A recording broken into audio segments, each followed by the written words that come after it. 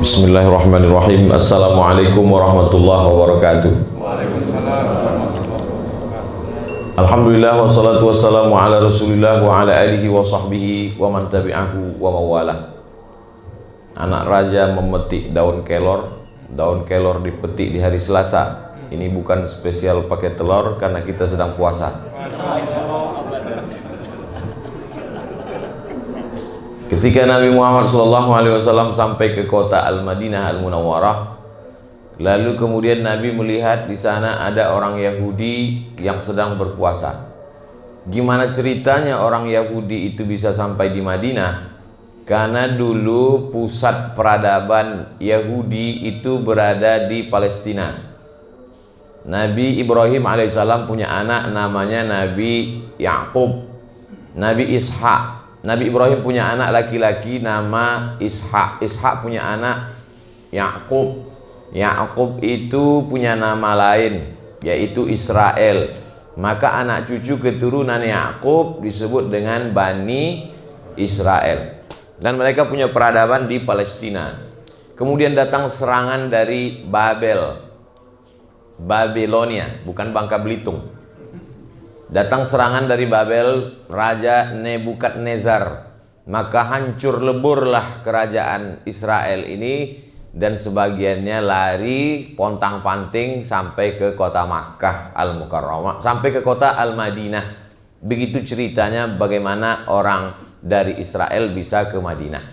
Lalu kemudian di Madinah ini mereka membuat beberapa komunitas. Di antara komunitas yang besar Bani Nadir, Bani Quraizah, Bani Qainuqa.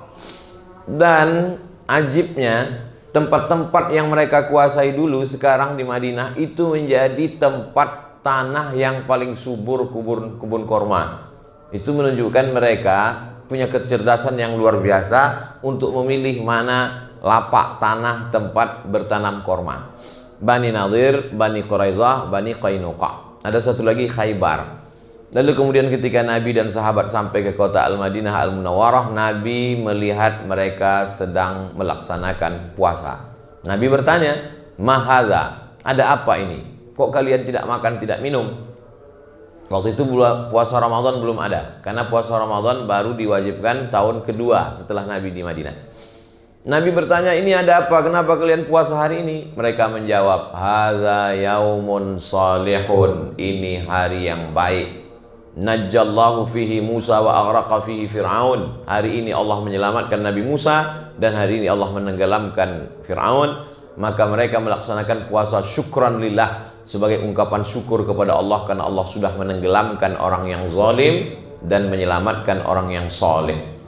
Apa pelajaran dari sini? Bahwa ketika dalam keadaan sulit sekalipun, ibadah tidak boleh tinggal. Ini kan ceritanya baru hijrah, meninggalkan kampung halaman, tinggal keluarga, tinggal harta benda, menempuh jalan yang panjang 8 hari 8 malam naik onta. Waktu itu dalam kesulitan ekonomi, sedang krisis, tapi tetap beribadah. Ini sekarang banyak orang, sebenarnya saya mau puasa nih Pak Ustadz, mau beribadah. Terus kenapa nggak puasa? Hati saya sedang galau. Justru sedang susah itulah kita banyak-banyak beribadah. Karena Allah berjanji, "Falya'budu rabb hadzal bait." Banyak-banyaklah kamu beribadah kepada Allah. Kalau kamu banyak beribadah, Allah berjanji dua. At'amahum min ju'. Kalau kamu lapar, kamu dikasih makan. Wa amanahum min khauf. Kalau kamu ada rasa takut, rasa cemas, rasa ngeri, maka Allah akan ganti ketakutan kamu itu dengan amanahum, rasa aman, rasa tentram. Maka rasa cemas terhadap COVID-19, rasa khawatir terhadap virus tidak bisa ditenangkan oleh masker, hand sanitizer, dan lain sebagainya. Tapi yang bisa menenangkannya adalah dengan banyak-banyak beribadah, dalam kurung tetap jaga syarat dan ketentuan berlaku. Makanya saya tetap juga menjaga itu. Nah, lalu kemudian Nabi SAW wa amara bi siyamihi, memerintahkan sahabat untuk melaksanakan puasa, tapi puasanya bukan wajib, sunnah. Tapi kata Nabi, bedakan dengan orang Yahudi, khaliful yahud, Banyak sekali hadis tentang khaliful Yahud. Khaliful Yahud, bedakan diri kamu dengan orang Yahudi. Orang Yahudi itu kumisnya panjang, jenggotnya panjang. Bagaimana cara membedakannya dengan orang Yahudi? Kata Nabi, uqsus syarib, pendekkan kumis kamu. Wa'ful liha, biarkan jenggot kamu. Kumis kamu potong, jenggot kamu biarkan. Konteksnya itu apa? Membedakan diri dengan Yahudi supaya nggak sama. Dan sampai sekarang rabi-rabi, pendeta Yahudi itu disebut rabi, tempat ibadahnya namanya sinagog. Rabi-rabi Yahudi itu bisa dilihat jenggotnya panjang, kumisnya panjang, dan apa namanya ini? Jambang. Bukan jambang, kalau jambang yang tumbuh di sini. Ini yang rambut di samping ini. Nah, dibiarkan panjang. Terserahlah apa namanya, pokoknya rambut tumbuh di samping. Pakai topi cowboy. Rabi-rabi. Kata Nabi SAW, khaliful Yahud, bedakan diri kamu dengan orang Yahudi. Lalu kemudian orang Yahudi dulu itu kalau puasanya cuman 1 hari saja, pas tanggal 10 saja. Maka kata Nabi, khaliful Yahud, bedakan diri kamu dengan orang Yahudi. Sumu yauman qablahu yauman ba'dahu, puasa 1 hari sebelumnya dan sehari setelahnya. Puasa sebelumnya tanggal 9. Tanggal 9 itu bahasa Arabnya tis'a, disebut dengan tasu'a. Tanggal 10 itu asyarah, 10, disebut dengan asyura. Maka afdal 9, 10, 11, 3 hari afdal. Tapi kalau tidak sanggup 9, 10 saja. Gimana Pak Ustadz kalau saya tanggal 10 saja? Ya nggak apa-apa. Tapi sama-sama dengan Yahudi sudah melaksanakan puasa. Perintah membedakan diri itu anjuran. Anda tidak bisa juga. Tanggal 10 pun nggak bisa juga, banyak ibadah yang lain. Bisa sedekah, bisa tasbih, bisa sholawat, bisa zikir. Jangan membatasi kebaikan hanya dengan 1 pintu saja. Sama seperti musola kita, banyak pintu.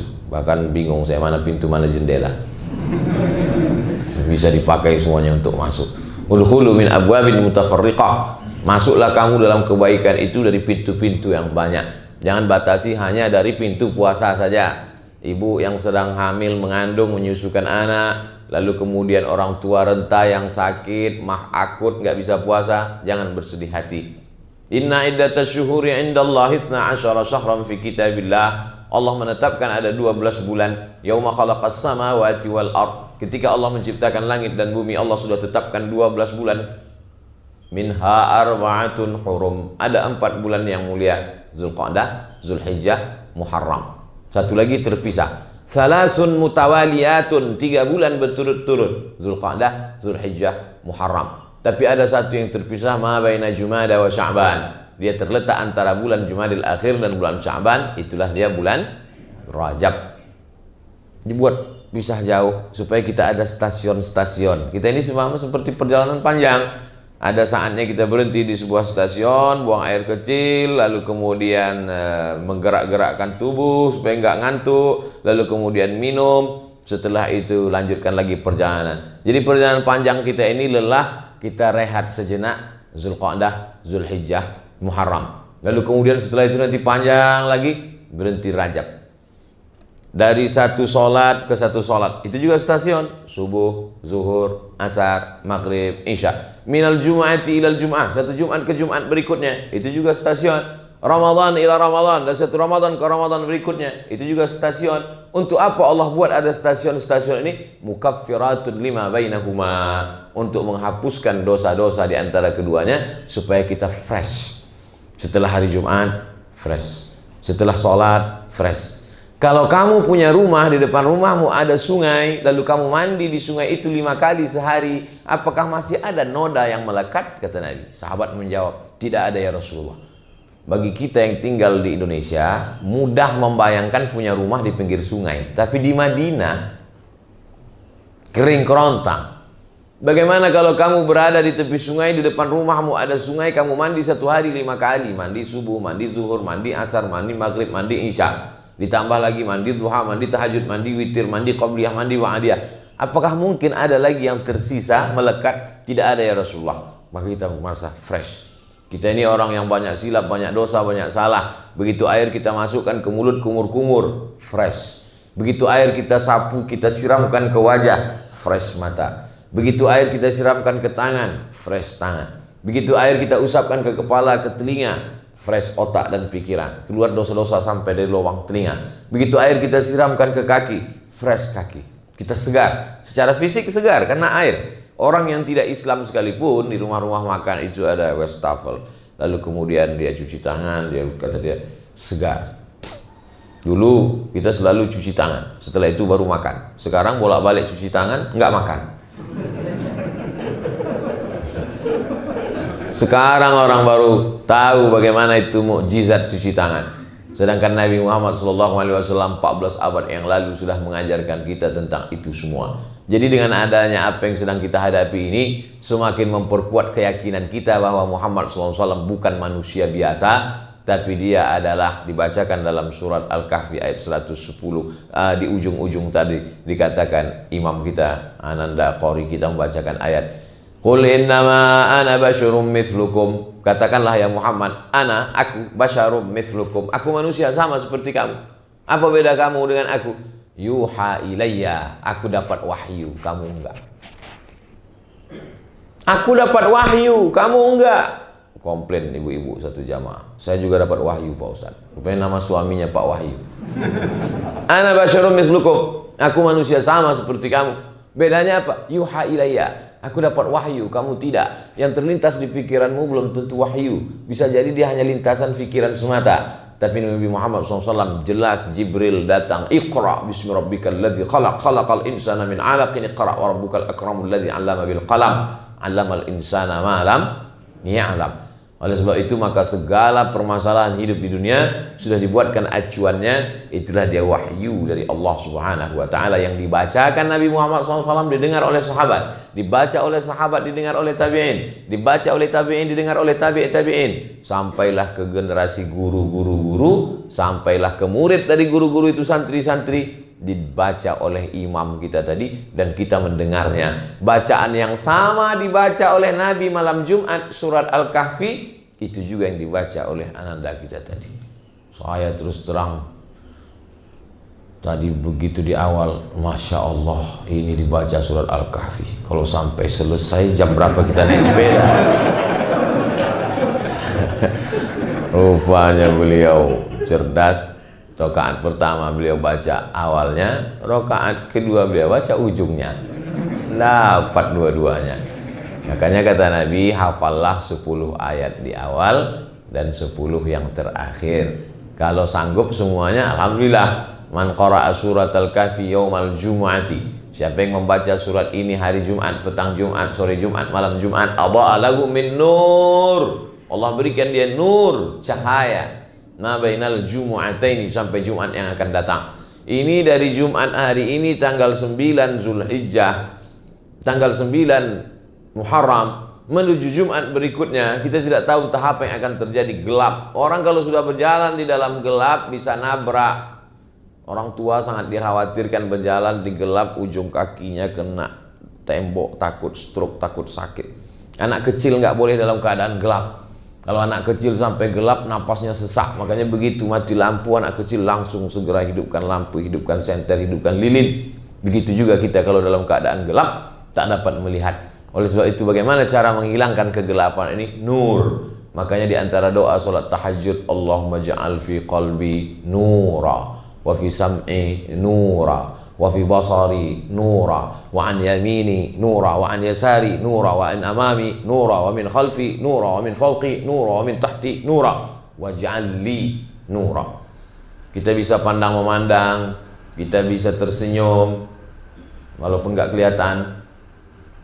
Kita bisa membedakan mana tiang, mana orang, mana pintu, mana jendela. Itu karena nur, cahaya. Oleh sebab itu kita bisa tahu mana hak, mana batil, mana betul, mana salah. Itu karena cahaya. Maka kita meminta bimbingan dapat cahaya dari Allah, maka kita sedang berada beruntung di bulan mulia, bulan haram, di hari yang paling mulia, hari Jumat, di waktu yang paling mulia, waktu subuh, pada saat momen kemuliaan menjelang Asyura 9-10, berada di tempat yang paling mulia, rumah Allah, masjid, musholla, bersama orang-orang mulia, ada hati iman Islam di dalamnya. Mudah-mudahan kita selalu mendapatkan kemuliaan-kemuliaan.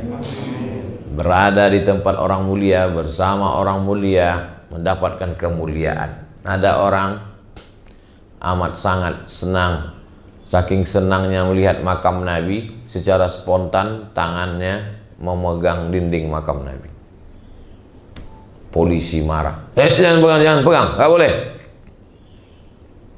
Lalu kemudian ditangkaplah orang ini. Ditangkap karena dianggap sudah melakukan perbuatan tercela karena memegang dinding makam Nabi. Lalu kemudian kepada orang yang nangkap itu diberikan Al-Quran, hadiah. Begitu Al-Quran itu diberikan kepada dia, dia cium Quran. Bapak kok cium kulit kambing? Enggak, saya cium Quran, bukan kulit kambing. Itu yang Bapak cium kulit kambing. Saya bukan cium kulit kambingnya, saya cium isinya. Sampul Qurannya kulit kambing. Yang dicium bukan kulit kambingnya, isinya. Oh, jadi boleh? Iya. Terus tadi saya megang dinding kok nggak boleh? Saya kan bukan megang dindingnya, saya rindu pada orang yang di dalamnya. Kalau gitu Bapak ditangkap juga karena nyium kulit kambing. Saya bukan mau ngajarkan nanti pergi umroh lalu mencium dinding makam Nabi. Kadang kita karena terlalu spontan, akhirnya kita terlarut-larut. Alaila tuhibbu amid dunya wa ma fi tawayaha. Hai Qais, mana yang lebih kau pilih? Dunia beserta isinya atau Laila? Kata Qais, lahu baru ni'aliha ahabbu ilayya wa ashfali balwaha. Dunia beserta isinya, maka debu yang menempel di sendal Laila lebih kucinta daripada dunia beserta isinya. Debu menempel di sendal Laila lebih kucinta daripada dunia dan seisinya. Kalau begitu cinta kepada manusia, apalagi cinta kepada orang yang paling mulia di antara manusia, Nabi Muhammad sallallahu alaihi wasallam. Makanya kadang tidak sedikit dari jamaah itu ketika disebut sallu ala nabi, Allahumma salli ala sayyidina Muhammad, meleleh air matanya. Bapak teringat umroh? Enggak Pak Ustaz, gaji 13 belum turun. Ada kerinduan-kerinduan kita yang sangat mendalam kepada Nabi Muhammad sallallahu alaihi wasallam. Makanya kalau cinta kepada Nabi Muhammad, ikutilah amalan-amalannya. Di antara amalannya ya ini. Yang puasa hari ini baik, yang belum sempat, belum sanggup hari ini ya nggak apa-apa, besok hari Sabtu aja. Ustadz hari ini puasa, insya Allah kalau kuat, kalau sampai. Kalau nggak puasa nggak salah juga, saya kan musafir. Bapak Ibu yang dimuliakan Allah Subhanahu Wa Taala. Ibu-ibu nggak ada Pak Ustadz? Ada, mereka nanti nonton, ini diupload. Nanti nggak disapa dia komplain. Yang dimuliakan Allah Subhanahu Wa Taala dimanapun berada, siapa di antara kita ini yang paling mulia? Inna akramakum indallahi atqakum. Yang paling mulia adalah yang paling takwa, paling takut kepada Allah. Dalam puasa itu kita dididik betul-betul takut. Makanya paling tidak kita puasa 3 hari, 13, 14, 15. Sanggup lebih banyak daripada 3 hari, 8 hari, Senin, Kamis, Senin, Kamis, Senin, Kamis. Sanggup lagi lebih banyak daripada 8 hari, 15 hari. 1, 3, 5, 7, 9, 11. Yasumu yauman, puasa 1 hari, wa yuftiru yauman. Makan 1 hari, puasa 1 hari. Sanggup lagi lebih daripada 15 hari. Puasa paling tinggi namanya puasa dahar. Puasa apa namanya Pak Ustadz? Puasa dahar. Dahar itu kan makan Pak Ustadz. Kumaha atuh dahar? Dahar artinya sepanjang masa. Di antara sahabat Nabi yang puasa sepanjang masa, Abdullah bin Umar bin Khattab, anak Umar bin Khattab. Itu puasanya sepanjang masa. Di antara sahabat Nabi yang panjang puasa sepanjang masa adalah Sayyidah Aisyah, istri Nabi SAW. Setelah Nabi meninggal, Aisyah puasa sepanjang masa. Ikhtilaf di antara ulama. Ada yang mengatakan membolehkan puasa sepanjang masa, ada yang mengatakan nggak boleh. Tapi setelah diteliti yang mengatakan boleh puasa sepanjang masa kalau tidak ada menimbulkan mudarat, halangan. Seperti Sayyidah Aisyah. Nabi sudah meninggal, dia tidak ada anak, dia tidak ada tanggungan. Dia hidupnya untuk beribadah sepanjang masa sampai meninggal di dunia puasa. Malam tetap dia makan. Yang tidak boleh itu puasa wisol. Wisol itu nyambung dari mulai sahur ini sampai sore nanti, sampai malamnya, sampai besok. Kebanyakan orang yang puasa begitu bukan la'allakum tattaqun, tapi karena mau nuntut ilmu kebal jalan di atas air. Itu apalagi jalan di atas air, jembatan banyak. Ayak-ayak wae tuh. Oleh sebab itu kita ini adalah agama yang mengajarkan rasionalitas. Kita berpikir itu untuk apa? Kalau hanya untuk kegaguman orang, banyak cara lain supaya orang kagum. Buatlah sesuatu yang ketika kau mati, maka dia menjadi tinggal yang bermanfaat buat orang banyak. Terus ente jalan di atas air, apa manfaatnya? Selesai, habis, tamat. Oleh sebab itu maka dalam Islam kita diajarkan, buatlah sesuatu yang kira-kira bermanfaat buat orang banyak. Siapa yang paling berguna dalam hidup ini? Anfa'uhum linnas, yang paling bermanfaat buat orang banyak. Ana wa kafilul yatim kahataini fil jannah. Aku dengan orang yang menyantuni anak yatim seperti ini nanti di dalam surga. Seperti ini kata Nabi. Lalu kemudian Nabi menunjukkan dua jari, as-sabbabatu, telunjuk, wal wusta, wa farraja bainahuma, dia jarangkan antara keduanya. Sejarang-jarang-jarangnya paling jauh segini. Begitulah jarak kita dengan Nabi Muhammad SAW. Mudah-mudahan kita dekat jaraknya seperti ini dengan Nabi Muhammad SAW. Mana bisa Pak Ustadz, kita seramai ini mau dekat begini, sesuai sedekahnya masing-masing. Kalau 2000 ya segini 2000. Skala seperti di peta itu, skala 3 km. Sesuai skala. Tapi kalau orang-orang yang bersedekah membangun 100 masjid, itu di Sulawesi ada orang kaya bangun 100 masjid. Kemarin saya ketemu lagi di Medan, Ustadz doakan tanah saya laku, insya Allah Pak Haji, saya punya program bangun 99 masjid Pak Ustadz, bangun pondok pesantren gratis. Saya pergi lagi di Kalimantan, itu dia punya 1.700 anak yatim, itu 3 tahun yang lalu. 1 bulan saya dibawa ke dapur melihat telur ayam hampir 1 kontainer, tukang masak 20 ayam, ngelihatnya aja kenyang jadi makan. Saya tanya, ini biaya makannya berapa sebulan Pak Haji? 800 Pak Ustadz. 800 apa? 800 juta. Yang nanggung berapa orang Pak? Hehehe, saya sendiri. Luar biasa, Masya Allah. Inilah yang orang dekat dengan anak yatim. Kita ya sadar-sadar aja lah. Tapi kita mesti punya cita-cita yang luar biasa. Nah, bulan-bulan Muharram, bulan mulia, ini juga bulan mendekatkan diri kepada Allah Subhanahu wa Ta'ala. Bulan yang lain kita dekat, tapi khusus di bulan sama seperti bapak ibu sayang kepada anaknya. Tapi pada saat ada momen-momen penting, sesuatu hari-hari mengenang mereka, itu lebih sayang lagi. Pada hari pembagian rapor, itu masih, zaman sekarang anak-anak masih ada pembagian rapor.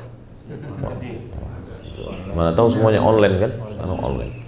Ujian online, rapor online, ilmu pun online. Mati laptop, hilang ilmu. Mati HP, lost contact. Oleh sebab itu maka ini adalah kebaikan-kebaikan. Mudah-mudahan kita senantiasa istiqomah dalam jalan la ilaha illallah Muhammadur Rasulullah sallallahu alaihi wasallam. Di akhir majelis mari kita berdoa kepada Allah. Ala hazihi niyyah al-Fatihah. A'udzubillahi minasyaitonir rajim. Bismillahirrahmanirrahim. Alhamdulillahirabbil alamin. Arrahmanirrahim. Maliki yaumiddin. Iyyaka na'budu wa iyyaka nasta'in. Ihdinas shiratal mustaqim. Shiratal ladzina an'amta 'alaihim ghairil maghdubi 'alaihim waladdallin. Amin. Allahumma shalli ala sayidina Muhammad wa ala ali sayidina Muhammad.